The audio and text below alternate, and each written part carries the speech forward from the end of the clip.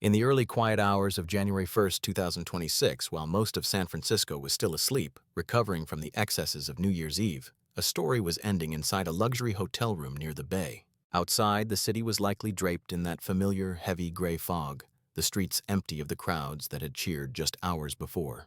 The confetti had settled. The champagne flutes were empty. The world was suspended in that strange, hollow stillness that always follows the biggest party of the year. It was in this vacuum of silence that a woman was found dead.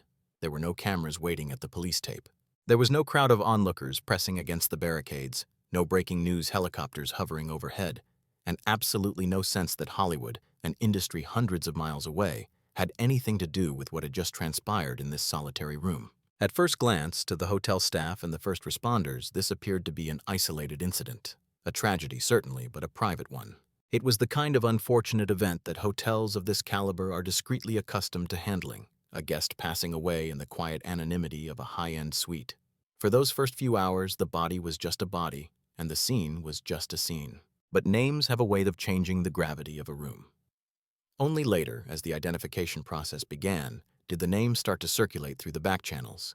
And only then did the pieces click into place. The public didn't know the face immediately, but they knew the last name. They knew the lineage, Victoria Jones. By the time the connection was made, by the time the digital whispers turned into headlines, her voice was already absent from the conversation. She had missed the moment where the world finally decided to pay attention to her. For the vast majority of her existence, Victoria Jones lived just beyond the peripheral vision of the American public.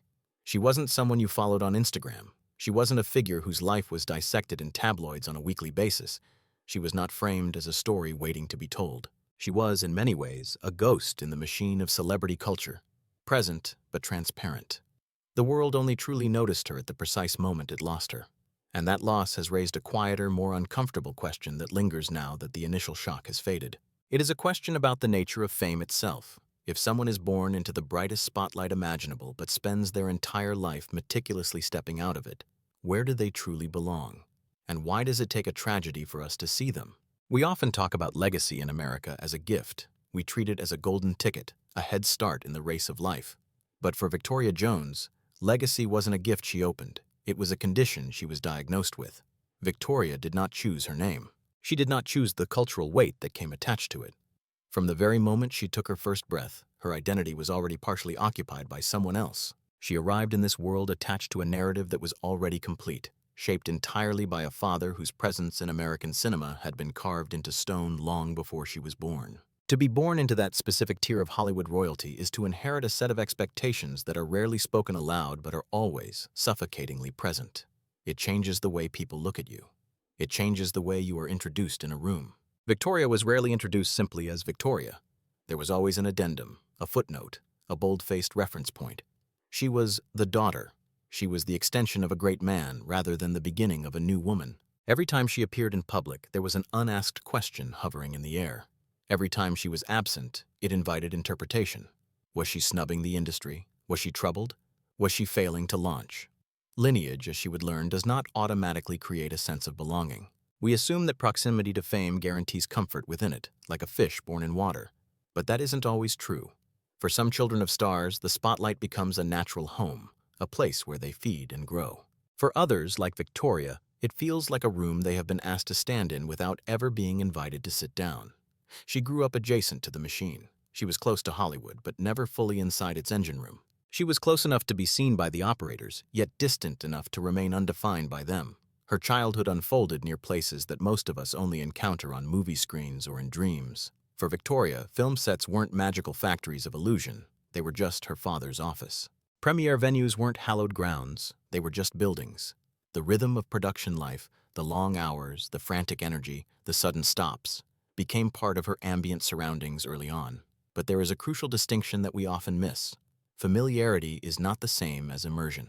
While thousands of dreamers flocked to Los Angeles seeking opportunity, Victoria experienced only proximity. Hollywood was a backdrop. It was the wallpaper of her daily life, not the furniture. There is a quiet, often lonely distinction between growing up within an industry and growing up around it. One implies intention, direction, and participation. The other implies circumstance and observation. Much of Victoria's early life was defined by this act of watching.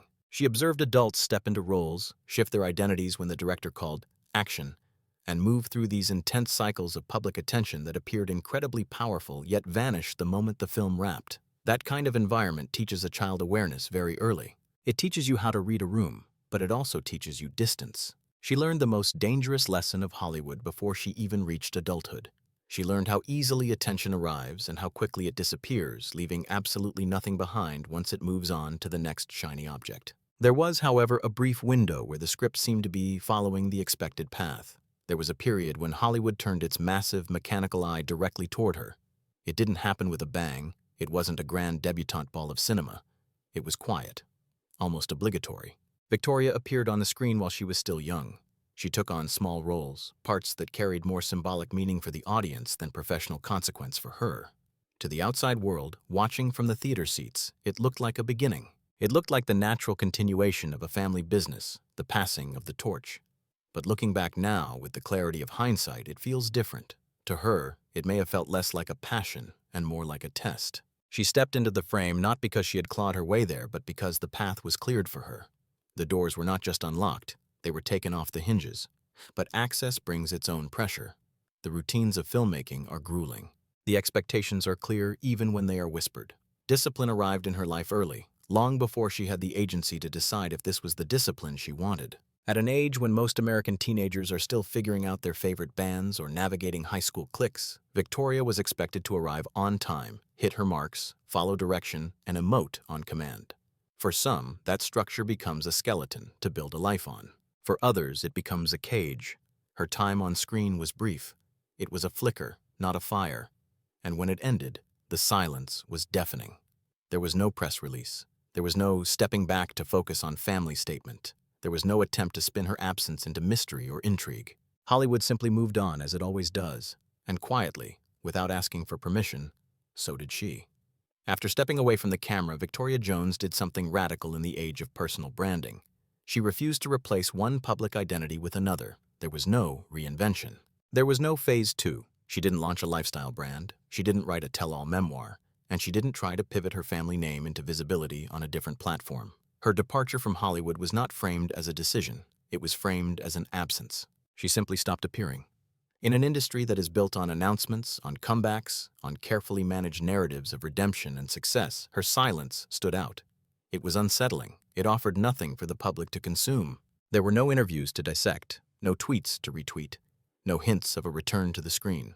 Hollywood is very comfortable with dramatic exits, burnouts, scandals, explosions, but it is deeply unsettled by quiet exits. And in that quiet, Victoria's life continued without an audience. What followed was a version of adulthood that remains largely a blank page to us. She didn't trade the spotlight for influence. For most people, that kind of privacy would go unnoticed. It would be normal. But for someone born into fame, privacy is treated as an anomaly. It is treated as a glitch in the system. The American public has a lingering assumption that proximity to celebrity must lead somewhere. We assume that visibility is a natural inheritance, something you are supposed to want. We assume that if you have the platform, you will use it. Victoria challenged that assumption simply by refusing to perform it. She lived outside the frame that had been prepared for her, and in doing so, she became increasingly difficult to define. The years that followed were largely undocumented. There were no curated images of her breakfast, no constructed narratives of her struggles, no visible attempts to control how people perceived her. In many ways, Victoria's life during this period resembled that of countless others who live without public scrutiny. And yet, the difference remained. Even in her absence, her name carried an echo. The world didn't know her daily routines, her ambitions, or her fears, but it continued to assume that her life must somehow be extraordinary, that it must reflect the legacy she was born into. The space between who she actually was, a woman trying to live a life, and who she was assumed to be, the daughter of a legend, quietly widened into a chasm. Over time, however, cracks began to show. Small signs emerged that life outside the spotlight did not necessarily mean a life without difficulty. These moments didn't arrive with fanfare. There were no public confessions on talk shows. They surfaced gradually through fragments of public records rather than stories told in her own voice. What mattered in these years was not the specific details of her stumbling, but the pattern they suggested. It was the pattern of a person navigating immense pressure without the insulation of anonymity, yet without the protection that active fame can sometimes bring. She was in the worst of both worlds, known enough to be watched, but not powerful enough to control the narrative. For Victoria, privacy did not guarantee peace. It simply removed the audience from her pain. During this period, the figure most often associated with her father, receded further into the background of her narrative. When public attention did briefly flicker back to her, it wasn't drawn by her success, but by concern expressed from the periphery. The dynamic shifted. The legacy that once defined her presence now framed her vulnerability. Her father was no longer just a distant symbol of Hollywood permanence. He was revealed to be a parent responding to circumstances that could not be managed from a movie set. Whatever efforts were made to help her happened quietly. There was no spectacle. There was no celebrity intervention reality show. There were no public reassurances. What remained visible to those paying close attention was only the faint outline of a family dealing with something deeply personal, far away from the stage they were associated with. As these struggles unfolded, they did so largely beyond the awareness of a public that had long since stopped paying active attention. Victoria Jones was not a recurring headline. She wasn't a figure we followed through ups and downs. She existed once again in that gray space between recognition and obscurity. The spotlight she had never fully occupied did not return to illuminate her life when it became difficult. And when it finally did return on January 1st, 2026, it would do so too late to offer clarity, context, or understanding. The moment the public finally spoke Victoria Jones's name again, it was already too late for her to respond. Attention arrived not through a performance, not through a statement, not through a choice she had made. It arrived through an event that left no room for her voice. The news reports focused on the setting, the luxury hotel. They focused on the timing, New Year's Day. They focused on the unanswered questions. The name circulated quickly on social media, but it never stood alone. It was always followed by the explanation, the reference point, the reminder of who her father was. In death, as in life, Victoria was framed through proximity rather than presence. There is a cruel irony here that is difficult to ignore. A woman who had spent years deliberately staying outside of public view suddenly became visible at the precise moment she could no longer define herself. The spotlight she had never sought returned, not to illuminate the truth of her life, but to reduce it to a handful of associations. The narrative was assembled without her input. It was shaped by fragments, by speculation, and by the familiar, tired language that the media uses when tragedy intersects with fame. In that process, something essential was lost. The person at the center of the story receded once again, replaced by the labels that had followed her since birth. This was not the first time the world had struggled to see Victoria Jones clearly. Throughout her life, she existed in a narrow space, too connected to be entirely unknown, too private to be understood. Born into a world that values visibility above all else, she chose distance. Not as a statement of rebellion, but perhaps simply as a way of living. But that choice came with its own form of isolation. The absence of attention didn't shield her from the darkness. It just meant that when things became complicated, there was no one watching the gradual unfolding of the tragedy. The phrase "born into the spotlight" suggests inevitability. It suggests that some lives are destined to be lived in public view. But Victoria's story challenges that assumption. She was born near the center of one of the most visible industries in the history of the world, yet she never fully occupied the space it offered. The spotlight existed around her, not within her. It illuminated the expectations placed upon her, not her true identity. And for much of her life, she chose to step into the shadows, not because she had failed to belong, but because she realized that belonging was never guaranteed in the first place. In the end, the attention that returned to her name this week did not bring answers. It brought contrast. It highlighted the contrast between what the world expected of a Jones and what she actually lived. It highlighted the contrast between the narrative we were ready to tell, of glitz, glamour, and perhaps a tragic fall, and the quieter, more mundane reality that had unfolded out of sight.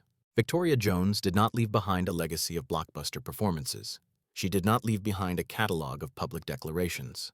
What remains instead is a somber reminder that not every life connected to fame is shaped by it in the way we think. Not every person born into visibility finds meaning there. To remember her only as the daughter of a Hollywood legend is to miss the most important part of her story. It is to commit the same error in death that the world committed during her life.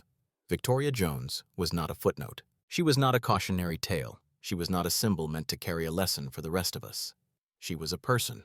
She was a woman who moved through a world defined by aggressive attention and chose, again and again, to live without it. In doing so, she revealed something rarely acknowledged in our celebrity-obsessed culture, that the brightest lights do not belong to everyone born beneath them, and that some lives are defined not by the spotlight they inherit, but by the quiet spaces they seek beyond it.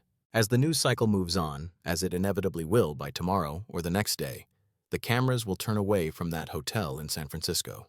The headlines will fade, but the question she leaves behind remains. It is a question about the cost of a legacy you never asked for, and the loneliness of trying to find yourself when the world only sees your last name. Victoria Jones has finally found the distance she sought for so long. It is just a tragedy that she had to leave us to find it.